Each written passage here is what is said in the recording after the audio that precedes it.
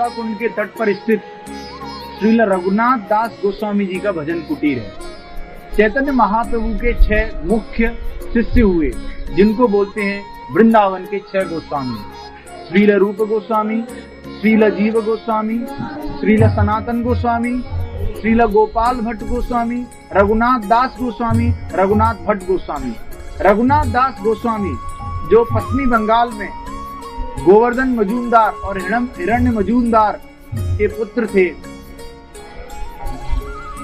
श्रील रघुनाथ दास गोस्वामी पश्चिमी बंगाल में श्रील रघुनाथ दास गोस्वामी जो कि बहुत ही अमीर थे और उनको बचपन से ही कोई भी भौतिक आसक्ति नहीं थी। उन्होंने चैतन्य महाप्रभु की शरण ली। कई वर्षों तक जगन्नाथपुरी में चैतन्य महाप्रभु के सचिव स्वरूप दामोदर के देख रेख में रहे। उसके बाद जब चैतन्य महाप्रभु ने अपनी लीलाओं को समाप्त कर दिया तो वृंदावन आ गए और राधा कुंड के तट पर रहकर अधिक से अधिक समय हरे कृष्ण कृष्ण कृष्ण हरे हरे, हरे राम राम राम हरे हरे इस महामंत्र का जप करने में व्यतीत करने लगे और सभी ब्रजवासियों को और सभी लोगों को भगवान श्री चैतन्य महाप्रभु की लीलाओं के बारे में बताने लगे। सैकड़ों बार विग्रह को प्रणाम करते थे, सैकड़ों बार वैष्णव भक्तों को प्रणाम करते थे और भजन में इतने तल्लीन रहते थे कि उन्होंने अपनी कुटीर भी नहीं बनाई। एक समय की बात है, श्रील रघुनाथ दास गोस्वामी राधा कुंड के तट पर बैठकर भजन कर रहे थे, चैंटिंग कर रहे थे, जप कर रहे थे। हरे कृष्ण कृष्ण कृष्ण हरे हरे, हरे राम राम राम हरे हरे, हरे कृष्ण कृष्ण कृष्ण हरे हरे, हरे राम राम राम हरे हरे। बहुत तेज धूप थी। श्रीमती राधा रानी स्वयं आकर अपने पल्लू से उनकी धूप से रक्षा करने आई। तब सनातन गोस्वामी सामने से देख रहे थे और उन्होंने रघुनाथ दास गोस्वामी को डांटा और बोले, तुम राधा रानी से सेवा ले रहे हो, क्यों ना तुम अपना एक भजन कुटीर बना लो। तो रघुनाथ दास गोस्वामी ने अपना भजन कुटीर बनाया। रघुनाथ दास गोस्वामी एक बहुत ही पहुंचे हुए शुद्ध भक्त हैं। आइए उनसे प्रार्थना करते हैं कि हम कृष्ण भक्ति में आगे बढ़ें।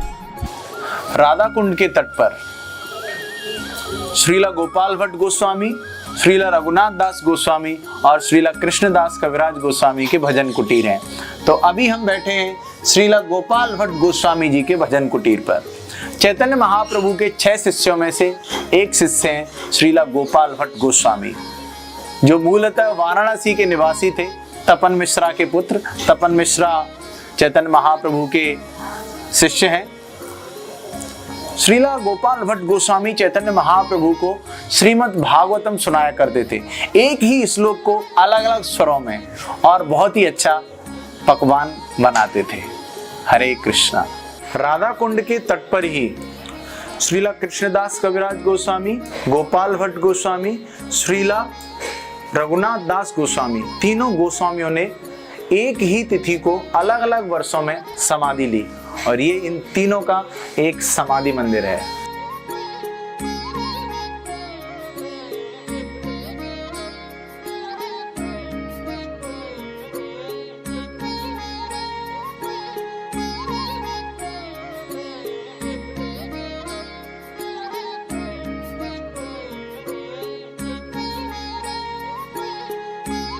तो अभी हम जा रहे हैं राधा कुंड के तट पर, उस स्थान पर जहां पर श्रीला कृष्णदास कविराज गोस्वामी ने अपने जीवन के अंतिम वर्षों में चैतन्य चरितामृता लिखी थी, जिसमें भगवान श्री चैतन्य महाप्रभु की लीलाओं का वर्णन है।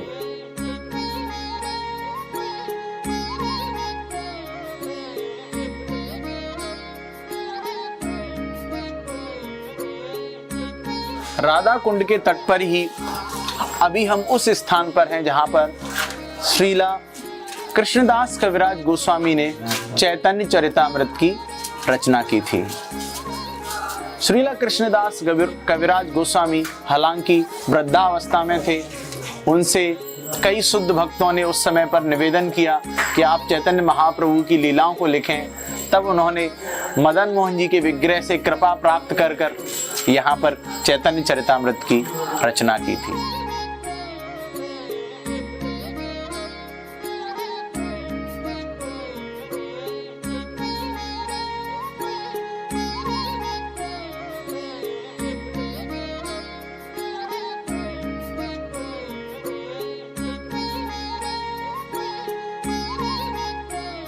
ये है श्रीला रघुनाथ दास गोस्वामी जी का भजन कुटीर।